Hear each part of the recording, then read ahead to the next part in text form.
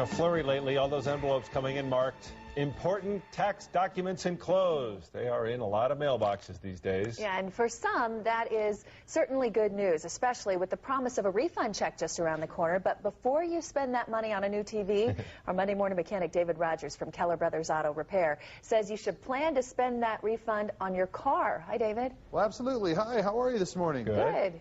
Hey, you know, the thing is, a lot of people go out and all they can think to do is, oh, I'm going to go to this restaurant, I'm going to go on this vacation. You know, that typical repair bill, you know, average in the U.S. about $350 when you go in for a repair. That's a drop in the bucket compared to the cost of a new car and having a car payment every month, and then also increasing your insurance and then paying those new license tags. It's a nightmare. There's a few things you can do really inexpensively that'll really help you. You know, we've talked about these cabin air filters before. You know, this is the air that you breathe in the car, and basically what happens when you replace this, not only do you improve the quality of the air that you're breathing and reduce allergy symptoms and whatnot, but you also improve the function of the defroster in the car, so it's going to defrost your windows a lot faster because you're getting better flow. You know, another filter that's really inexpensive that you can invest a little money in is an air filter. Here's one that's oil soaked, and you can see that's just really not the way it's supposed to be. If a filter's that clogged, you think, well, gee, what's the big deal? It's only a few bucks. The big deal is that the engine can't breathe, and then you may be replacing a motor instead.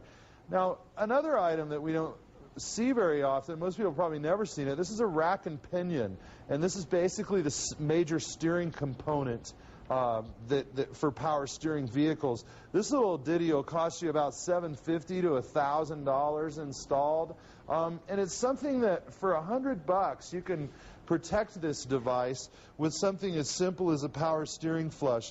You know, we start looking at our fluids again, and I see this power steering fluid should look nice and clean, and when it gets like that, well, that's what it's damaging, is that rack and pinion as well as a power steering pump.